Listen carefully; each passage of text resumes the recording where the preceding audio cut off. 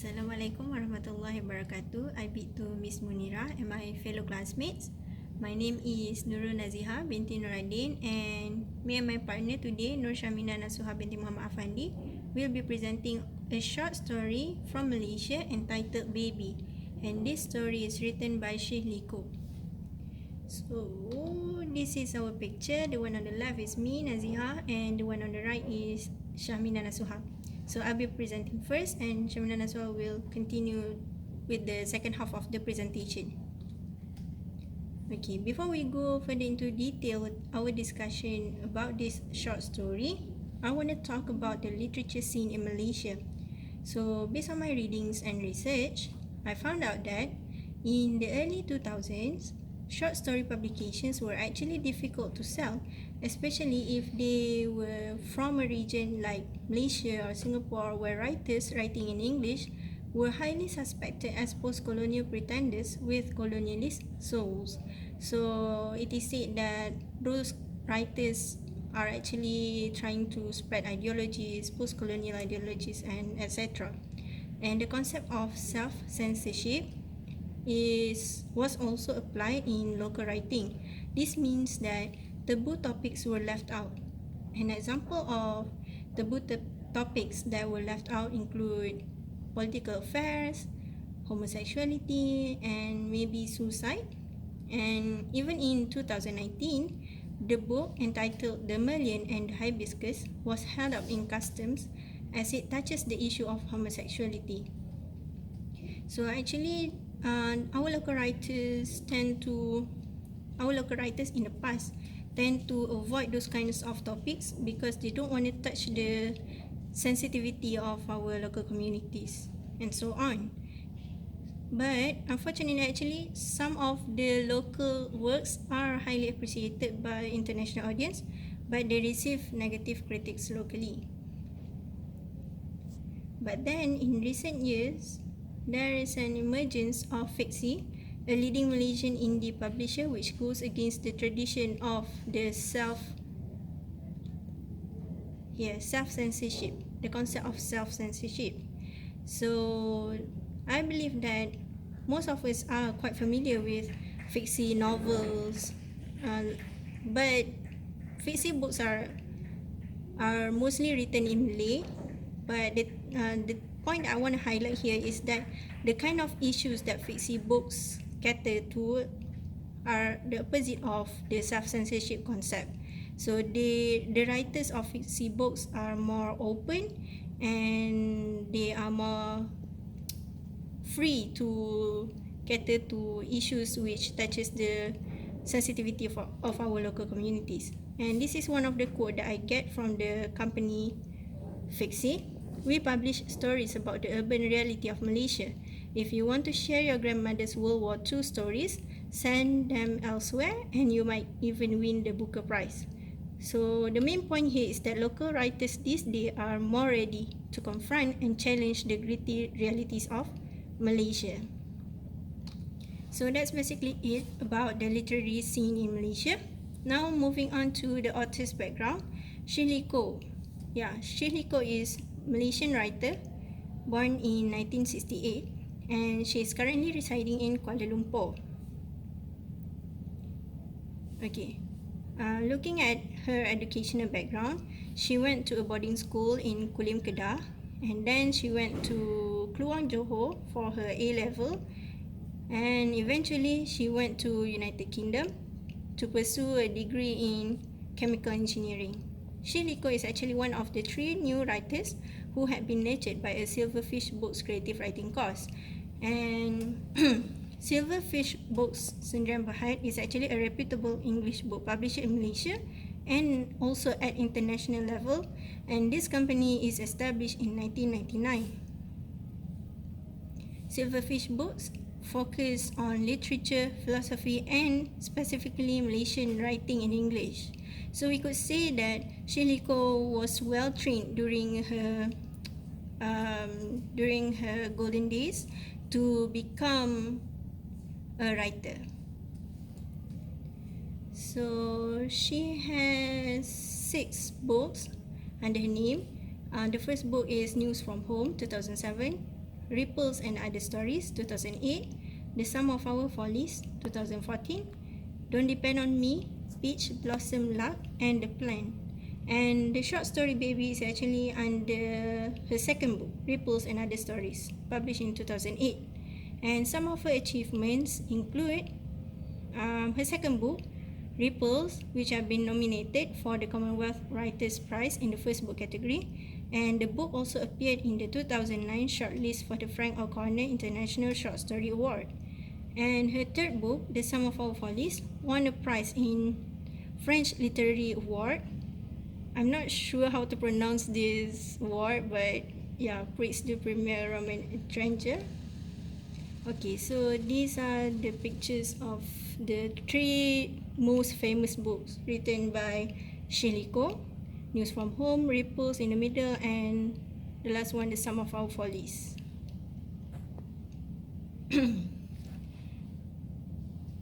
Okay, next, let's look at the plot of the story. The exposition is when the narrator reminisces the moment when she first saw her sister Baby, and it was revealed that the narrator did not like the presence of Baby. This can be seen on the first page in the third paragraph. I did not want a baby sister. I did not want a baby anything, much less one that looked like a hairless chimpanzee or some other animal. And after that, the narrator was portrayed as wandering alone around the hospital without any guidance or any accompany. Okay, and the rising action of this story is when the narrator was outside of her mother's ward. Okay, she heard her father's voice, and mother was crying at that moment. Mother was trying to explain herself, but father would not believe her. The narrator also cast doubts on mother because of a few incidents. These incidents can be seen on page 114, the third paragraph. I don't know if I believe mother when she said she was not lying, because she did sometimes. And then the narrator explained some instances where the mother lied to her. For example, she said something was good to make the narrator eat the food, and then she was late to pick the narrator up from school. She said that she went grocery shopping, but there were no groceries in the car. And there's also another instance of that. Yeah, it can be found on page 114. And the climax of this story is when mother thought of the possibility that the nurses actually switched the baby. But then, after all the discussion and arguing, father still doubted that the baby was his. Therefore, he left the family for good. And that causes mother's life to become miserable. She cried for 5 days, and doctors had to give her injections to make her sleep. And she had nightmares as she tossed and turned around in her sleep, and baby did not get to be breastfed. So the nurses gave the baby bottle, and people started to pity the narrator by saying things like, "Be a good girl, poor thing, take care of your mommy," and so on. And to that, the narrator never replied. Moving on to the following action. The following action is when grandmother visited baby and the narrator for the last time, and after that there were only the 3 of them: mother, the narrator, and baby herself. And they went on with the same daily routine as before mother gave birth to baby. For example, mother went back to work, the narrator went back to school, and baby went to a babysitter every morning, every day for many years. And the resolution is, after 4 years, or specifically stated in this story, last week, baby turned 4 and the 3 of them took a family photograph. The narrator described their similar facial features. For example, they have single eyelids, they have black straight hair, and others. And it was revealed that father was still in touch with the narrator. This can be seen in the second last paragraph in the story, where the narrator said, "Father calls me sometimes." And in the end, the narrator questioned, how can father not see that she and her sister look alike, except for the fact that baby had a darker complexion, in which the narrator said that the only difference is that mother and I are the color of milky tea, Baby skin is the color of roasted chestnut. That's all. So that's for the plot. Moving on, we'll be looking at the setting for this story. Firstly, the physical setting. The time in which this story took place is not specified in this story. We believe it is because actually the writer's messages, the issues that were catered to in this short story are timeless issues that are relevant regardless of the time period. Okay, that's why it is not specified in which year did this incident took place and so on. And next, please, a large part of the story took place at a hospital where the mother gave birth to baby. And on page 115, after they went back to their daily routine, it is not specified where did the incidents took place. And as for social setting, we could say that this story involved a middle-class Chinese family. Why do we say they are Chinese? It's because they celebrate Chinese New Year as stated in page 115. I am going to make a Chinese New Year card with this photograph. Last year, I made one with a drawing of fishes with gold sequins for scale.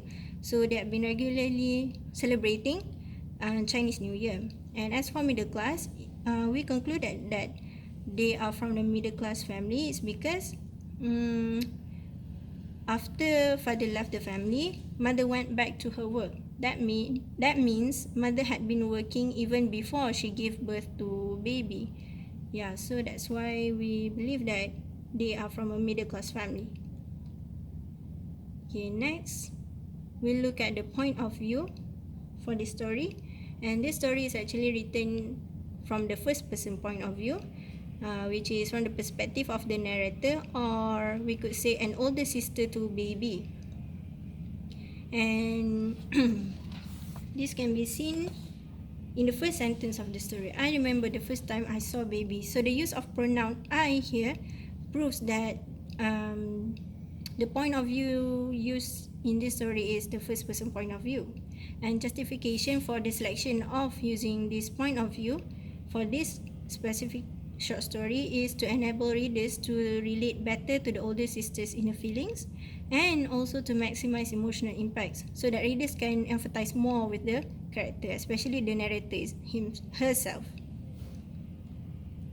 Okay, now Nasuha will continue with the second half of the presentation.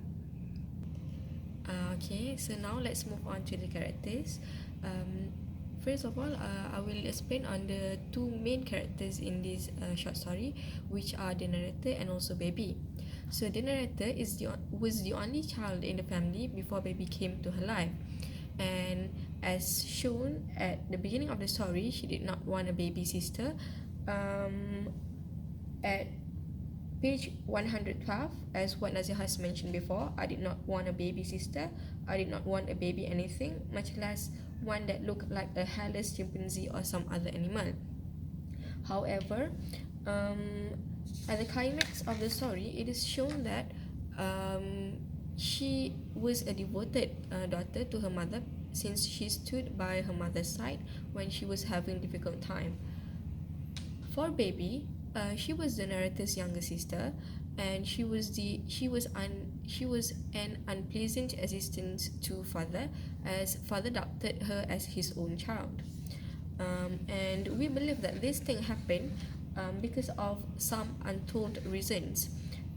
And it is shown at the end of the story that baby grew up only with her mother and also her sister's affection and also care.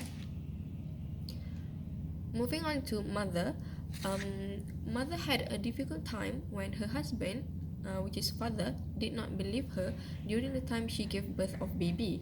This is because father said that, "Don't lie to me, this is not the time." So it means here that father questioned about baby as his own child.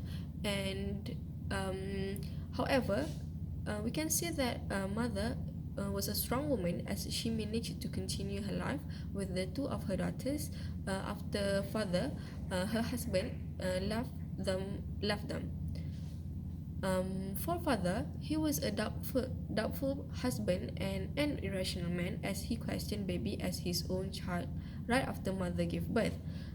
This is because it proves that father is not an irrational man, because as we know that mother was not in a good condition, as she was just gave birth, and she was in unstable state, or miserable.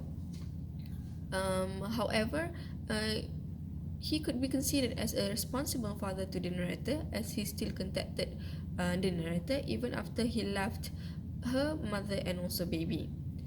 The last character in this short story is Grandma, which is the mother of the narrator's father. She showed her doubtfulness as well, as she did not coo or tickle baby the way some of the other grandmothers did. Next, let's take a look at the symbolism in this short story. There are four main symbolisms, or significant symbolisms in this short story. First of all, the babies. The babies here symbolize the parasites, as at page 113.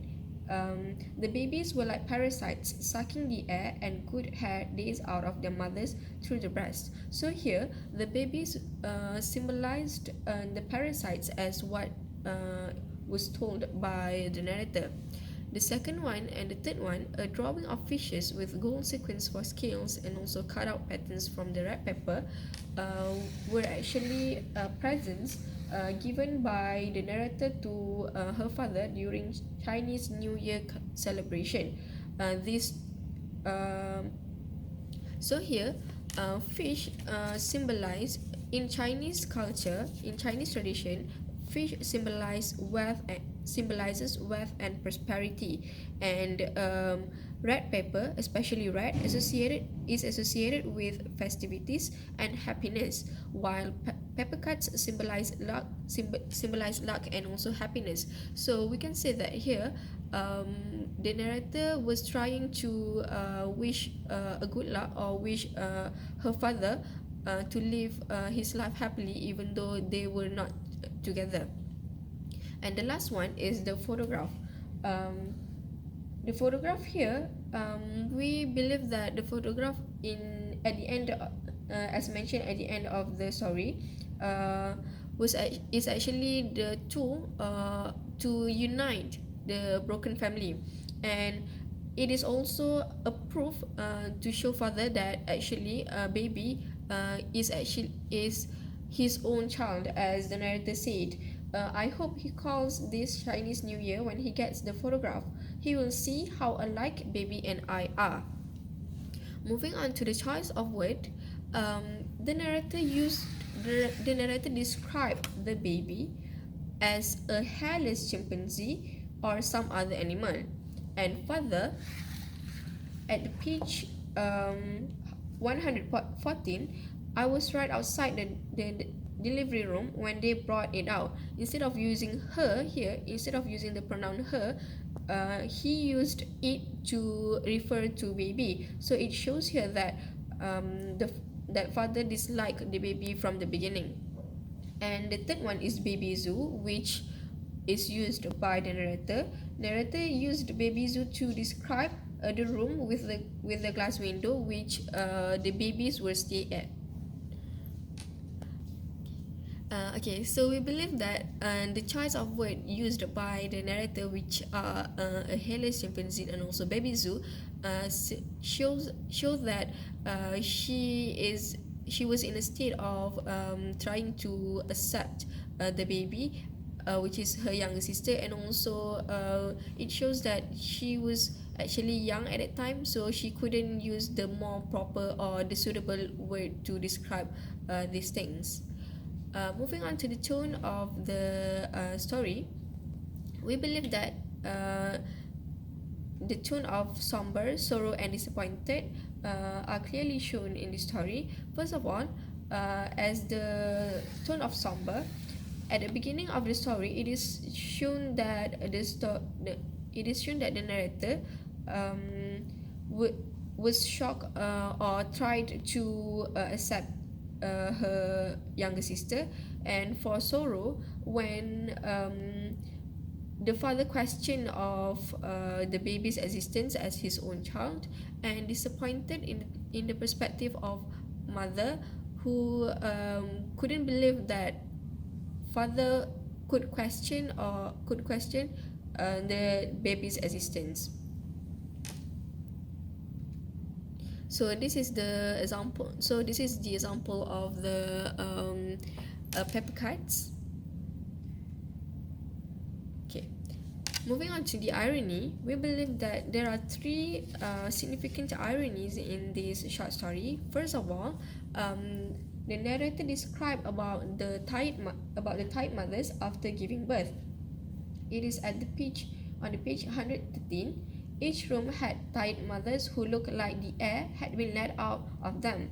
Everyone had bad hair and loose clothes, the opposite of wedding dinners when all the ladies had good hair and tight dresses. So we believe here the narrator tried to compare how the condition of the tied mothers after giving birth versus when they were brides. The second irony is the mother's lies. It is shown in this short story at the page 114, as what Nazihah has mentioned before. We believe that this is actually an irony, since mother is always associated to talk about truth, to give the child truth.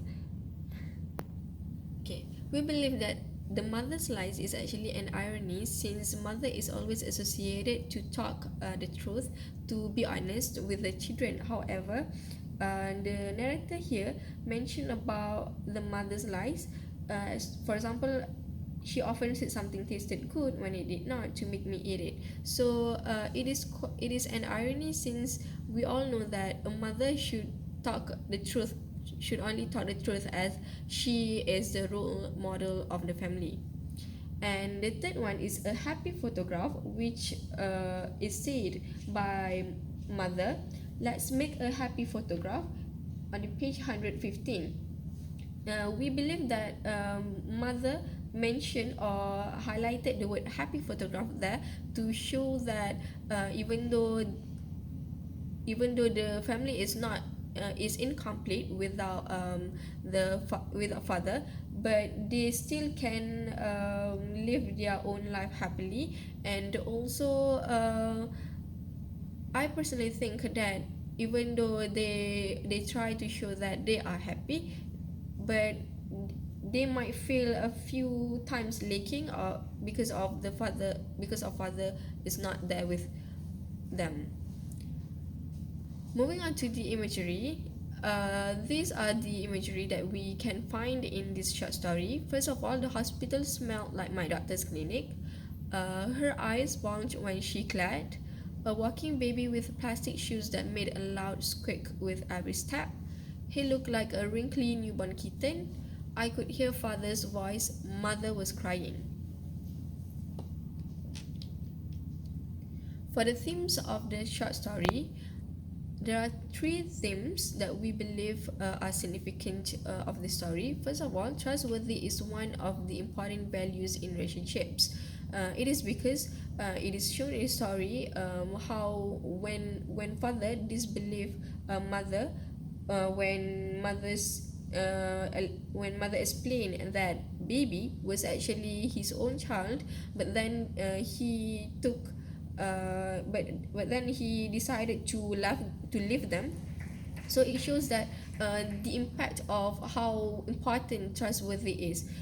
For example, in this short story, when the father disbelieved mother and also disbelieved mother, so it resulted to the family to be broken.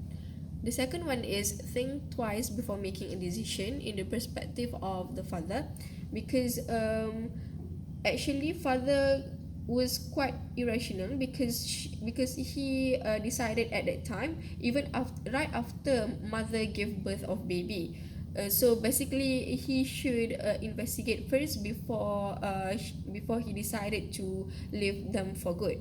And the last theme is single parenting.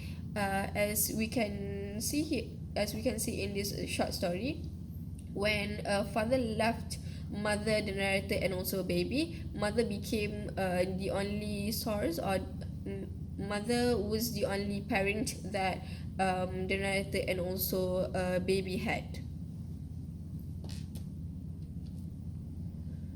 So the writer's messages in this short story: first of all, decisions should be made after thorough investigation, as what I have mentioned before. And second one is life must go on even after the situation has changed 180 degrees. As we can see in this short story, the mother went back to work, and also the narrator went back to school, and baby went to the babysitter every morning even after father left them. A few issues that are significant in this short story are, first of all, jealousy towards the other siblings and also a child's innocence. These issues are shown from the perspective of the narrator. This is because we can say that the narrator might believe that if she had a younger sister or a younger sibling, the parents' love will be divided. And the second issue is fear of adults. This is shown at the page 114, when the narrator said that I pressed myself against the wall so that the anger in his voice would not touch me. So it is shown here that the narrator was afraid, or was fear of her father.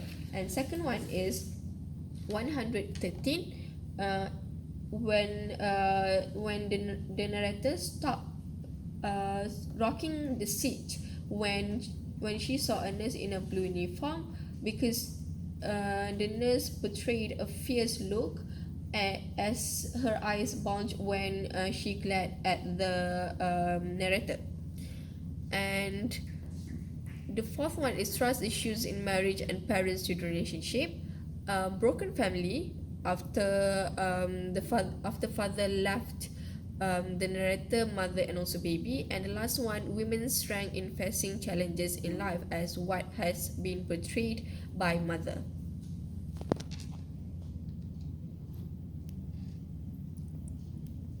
Okay, so for personal responses, in my opinion, I believe that this is actually a good, simple story, but yet it is an interesting one. It is because I believe that this short story tries to show that how important trustworthy is, and for me, it makes me believe that I should appreciate the trust given by people to me and try not to break them as much as I can. And the second one is, I think we should be considerate to our parents, as they have sacrificed a lot of things for us, especially shown by a mother in this short story. Okay, as for me, I believe that the short story Baby is actually a great story, because despite the straightforward manner of writing, the writer actually caters to a lot of timeless familial issues, such as trust in a relationship, a child's innocence, and how broken family can affect the children as a whole. And I believe that this story is actually applicable in not only local communities but also people all around the world, regardless of time period, because and that's why the characters in this story are not named. Instead, they are given titles like mother, father, baby. So the writer uses that it can be applied to not only in our local communities but also by other people from other countries. So I believe Baby is actually a great story with great messages portrayed by the writer herself. So I think that's basically it for our presentation today. Thank you.